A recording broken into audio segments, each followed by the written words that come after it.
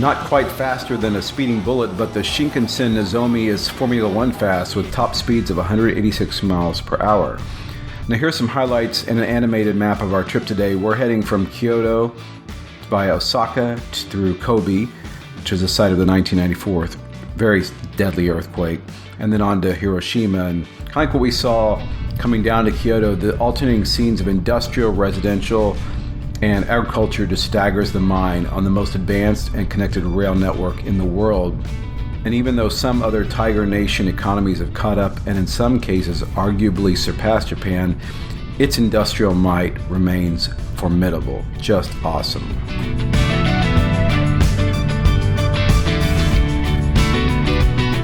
So now if you're curious what 165 mile per hour looks like and sounds like from Japan's second fastest Shinkansen bullet train, well, here's a clip from our trip today from Kyoto to Hiroshima. We'll just show some montage of some scenes and some of the sound, and maybe even drop a little bit of the music so you can just hear just how quiet it is and remarkable.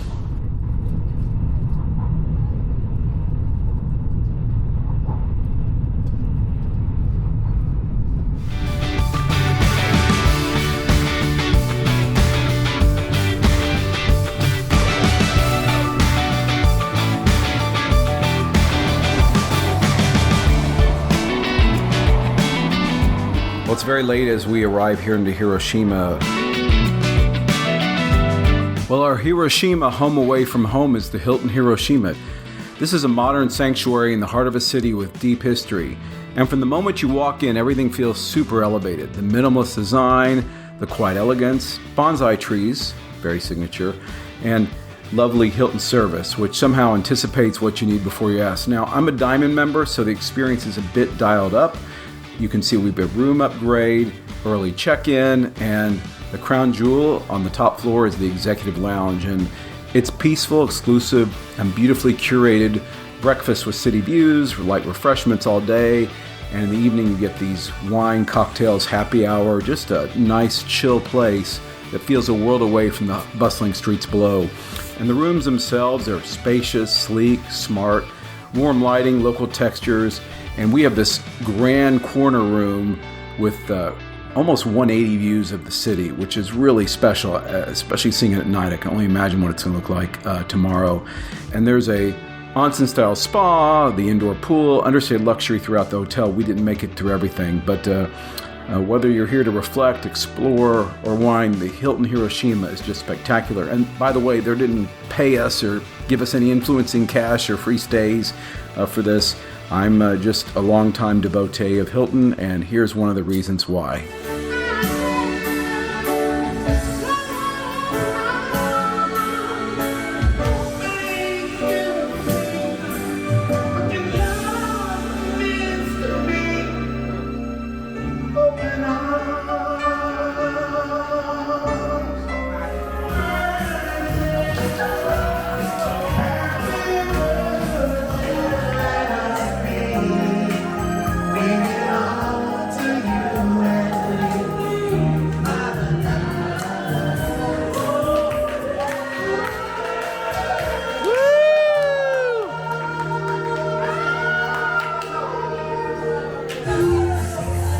I think they're singing some Bobby Brown and some Elvis, and there's some birthdays. I'm not getting up there today. I'm too whacked. I'm just too tired. But I'm not too tired for dinner. So tonight's repast has shades of hero dreaming of sushi. Remember that movie? The omakase sushi and tempura sets. Usually, I don't love eating in hotel restaurants. They're usually overpriced, and they don't, some of them are great, but usually overpriced. But we're just too lazy to leave. It's late, and this is definitely an upgrade from last night's midnight dinner, which was at the 7-Eleven after Universal. 7-Elevens are awesome here, by the way, so it's not to diss 7-Eleven, but wow, what a sushi evening this is. So have to share a little sights and sounds.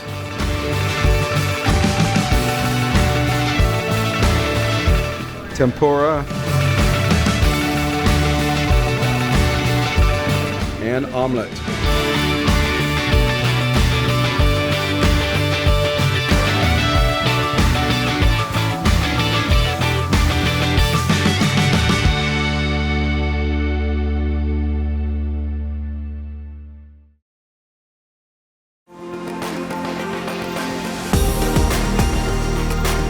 Ohio, Hiroshima. Well, this is going to be a big day. We're going to pack in more today because it's a very short stay here for just a couple of days than we have any other part of the trip. And I'd say the whole trip has been pretty packed. So we're bright and early here to say Ohio, something like that, which is good morning in Japanese, to this vast, vast city. So let's get moving, let's get going. We have a lot to see because we are first heading to Miyajima.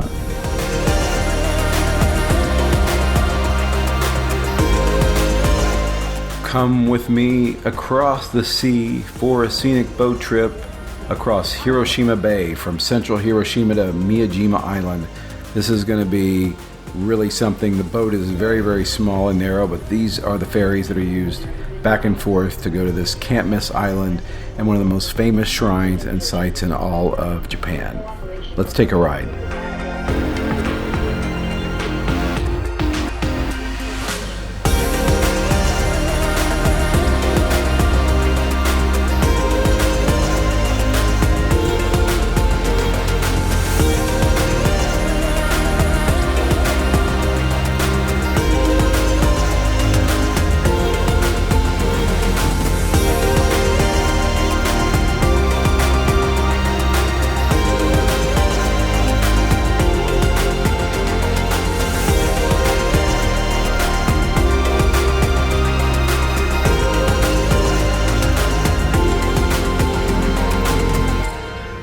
Well, we arrived in Miyajima Island in Hiroshima, and we're going to be here for a couple of hours, and it is a mob scene. And oh, by the way, just in case we thought it couldn't get any hotter, oh yeah, it did. This is definitely the hottest, most inferno temperature we've experienced in Japan, and maybe some in my life. But as you walk through it, it's really pretty fantastic. You're seeing all these kind of like a shopping arcade and promenade, and before you get to the temples, and so that's to be expected, but no shortage of souvenirs, trinkets, and something special, unusual. And dear God, the sacred deer in Miyajima Island are pushy and aggressive, and if you have anything in your possession they want to eat or drink, and they will devour anything, they're coming for you. They're nice, they're not going to bite, but, Carla says this is nothing compared with their counterparts in our park. Carla, by the way, when we went to Universal Studios, just a quick flashback, saw these very gentle, sweet Nara Park deer, which is a famous part of Kyoto. But we got to meet their little more aggressive brethren here, and it's people's fault, right? Because they feed them and allow them around. They just don't really separate from the crowd, so it's kind of, they're just not trained very well.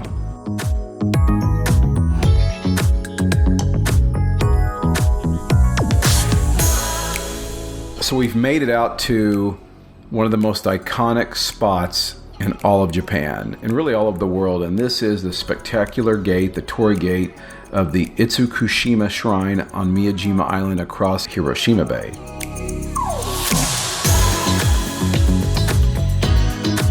There's a lot of Japanese words to try to put together here and not completely stutter and sound like an idiot, but this site is just remarkable.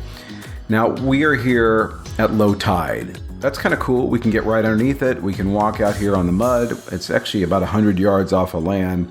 Would have really been cool to see the high tide, which is literally looks like it's magically floating on water. And you have that reflection and mirror. That's the famous, most renowned shot. But then again, we wouldn't have been able to stand right underneath it and get selfies and do all that. But of course, you can see we're not alone. Trying to not be photobombed while you're at this scene is pretty much impossible, but this is fantastic. And I keep using this word fantastic. I should also use other synonyms like awesome, but this is just an incredible scene. And if you look at the base, you can see how far the water line does come up. Look at the base of these very, very tall shrine and torii gates.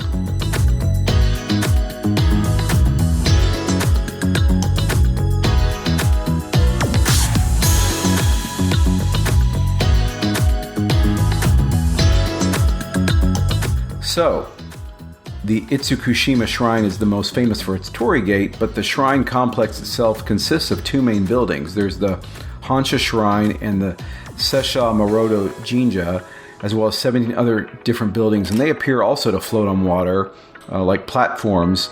And that's when the tide comes in, much like the overwater bungalows we experienced our honeymoon in Tahiti. But again, we're at low tide, so they're just kind of stuck in the mud. But how ancient this is the first torii on the site is said to have been erected in 593, which is a long time ago. This one dates back to 1875, and it survived the A-bomb attack on nearby Hiroshima across the bay. So we showed up during low and slack tide, so we missed out on that magic. And I'm sure, the magic at night and in the mornings is also remarkable. There are tea houses and hotels, very local hotels that you can stay at. And this is one of those places where we simply have to return, but we're on such an expedited schedule.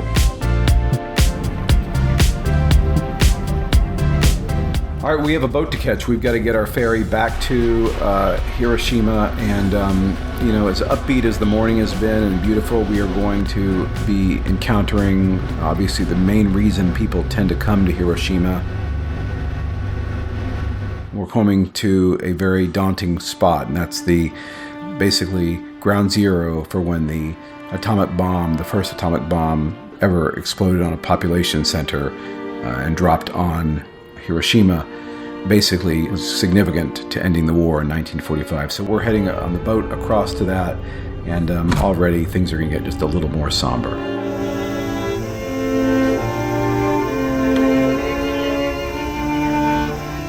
So this is absolutely haunting. Even on a scorching, hot, bright summer's day, I felt the chill of this sacred site, ground zero for incomprehensible devastation. The A-bomb dome ruins stand as a reminder and testament of the horrors of nuclear war. 1,800 feet above this 1915-built exhibition center, on August 6, 1945, the first nuclear bomb used in war exploded here, and it virtually leveled the entire core of Hiroshima. The exact number of people killed by the blast, firestorm, and radiation effects of the bombing are unknown, but estimates have ranged from 66,000 people killed upwards to 140,000 dead, 69,000 injured, and that's by December 1945. And some 100,000 seriously burned, and these injuries and deaths went on from the radiation for years and years and years after. So this UNESCO site since 1996, the Hiroshima Peace Memorial, which is called the Genbaku Dome, is the only structure left standing near the basically hypo-epicenter of the first atomic bomb. And it remains in the condition that it was right after the explosion as a perpetual memorial. And through the efforts of many people, including those of the city of Hiroshima, this ruin has been preserved in the same state as it was. In these war-torn, dangerous days that we find ourselves living in, this is a stark and powerful symbol of the most destructive force ever created by humankind. But it also expresses the hope for world peace and the ultimate elimination of all nuclear weapons.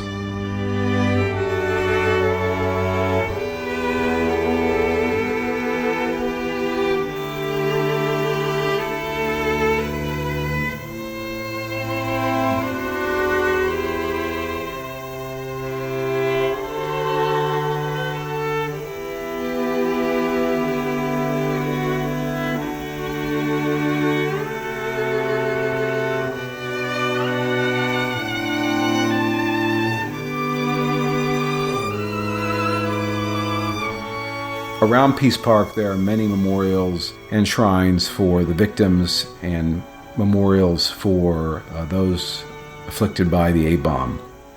So the Cenotaph is an arch tomb for those who died because of the bomb, either because of the initial blast or the exposure to radiation. As I mentioned before, it lasted for years. And below the arch is a stone chest and holds a register of these names, of which there are over 220,000 people, nearly 250,000. And there's an eternal flame at the other end of the water reflecting pool that will only be extinguished when the world is eradicated from nuclear weapons. Now, every year on the anniversary of the bomb, a ceremony is held at the park. Speeches are made, wreaths are laid at the cenotaph, and a moment of silence is observed at 8:15 a.m., the precise moment of detonation. Now, the 69th anniversary is just 4 days after our visit, and so you can see preparations for the memorial services are very well underway. The Children's Peace Monument was built in 1959 to commemorate Sadako Sasaki and the thousands of other innocent children who died due to the atomic bombing of Hiroshima. So the story goes, when Sadako was 2 years old, the atomic bomb was dropped and she was exposed at home. She was only about, less than a mile from the hypocenter. And even though she had no apparent injury, soon after the bombing, 10 years later, she was suddenly hospitalized because of leukemia. And after 8 months in the hospital, she died surrounded by her family. In hospital, she continued to fold paper cranes like origami. That was her desire to get well. And the story of Sadako and the origami, which they refer to here as Orizuru, has spread around the world, and today this monument, Orizuru, is known as a symbol of peace. A lot of reconciliation and facing the past here in Hiroshima, which I find extremely powerful, as many do.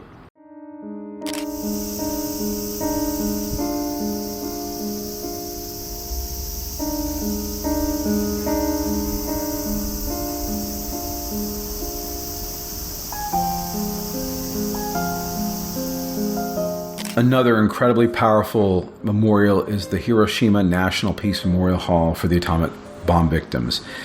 And this was created by the Japanese government to remember and mourn these people and to pray for eternal peace, to deepen world public understanding of the horrors of the bombs and to convey this experience to later generations. Now, in the center of this above-ground area is the monument to 815. You can see it's kind of a garden with a water feature. And the moment the atomic bomb dropped on Hiroshima, that was 8:15 a.m. The monument is surrounded by water, which is an offering for victims who died craving water, and the A-bomb roof tiles unearthed from the premises during construction are part of the monument. Now, in the second basement of the building is the Hall of Remembrance, so it's a cylindrical space with a high ceiling, and you actually descend down into this very solemn place where you can hear a pin drop to quietly mourn the victims of the atomic bomb and reflect on peace. To show visitors the magnitude of the damage caused by this, the hall presents a panoramic view of the city from Shima Hospital, located close to the hypocenter, with 140,000 roof tiles, equal to the number of people estimated to have died as a result of the atomic bomb just by the end of 1945. And there's a database of all the victims with their photos and videos of the wall cycling through them, and that's just astounding. And out of respect, no photography is allowed, and we're going to respect that. Listening to the sound, you'll hear the gonging of the bell chime, which everyone is invited to ring to symbolize peace.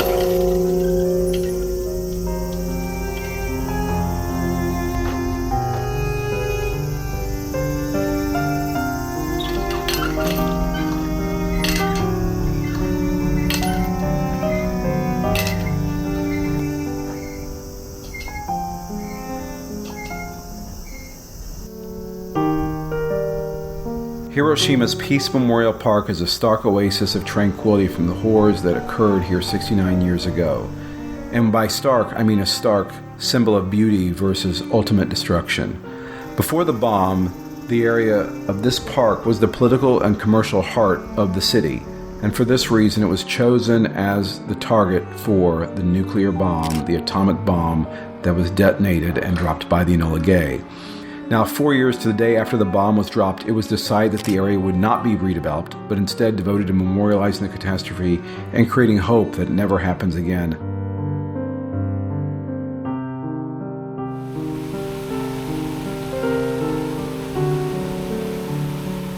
We're now seeing the Hiroshima Peace Memorial Museum. My family chose to go home. I think they had it's so difficult to watch and see. I think it was almost too much.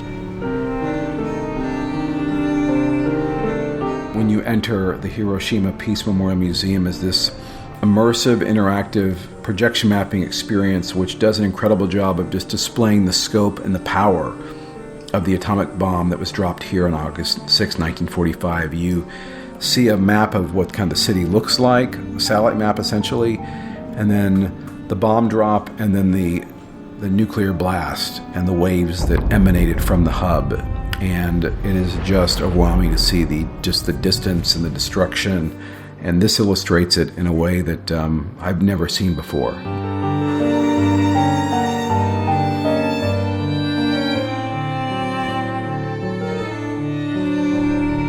It's one of the two most disturbing, graphic, and moving museums I've ever visited. I'm going to be very selective in posting images of this massively important, sobering place. It is very disturbing. And when you see the tangible artifacts, destruction,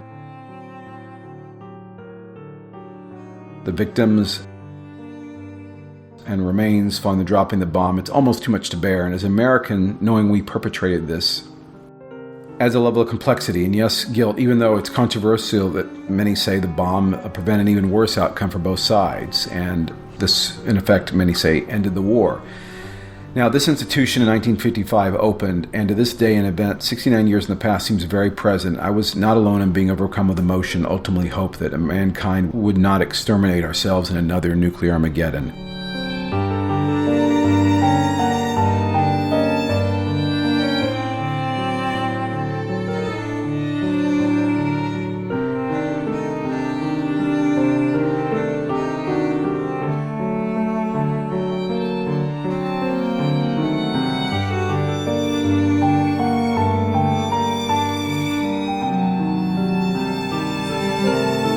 There's a lot of people in this room, and everywhere you go, American, Japanese, no matter where you are from the world, we're all part of the human race. A lot of sobbing, incredibly moving.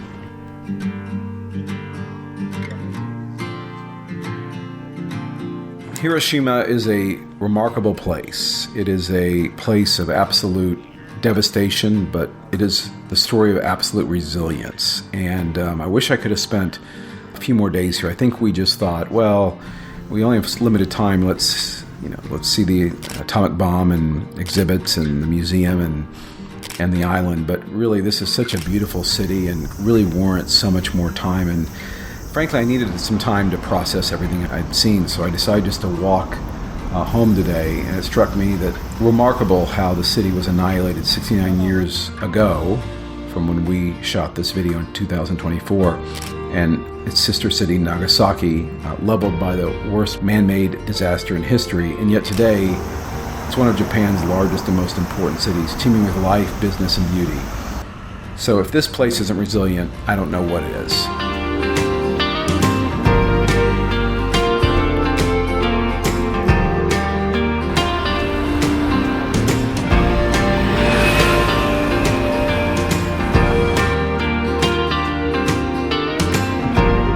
So as we say goodnight with the sunset of Hiroshima, we look down from our room and see a city of 3 million people that's truly a phoenix. It literally did rise from the ashes.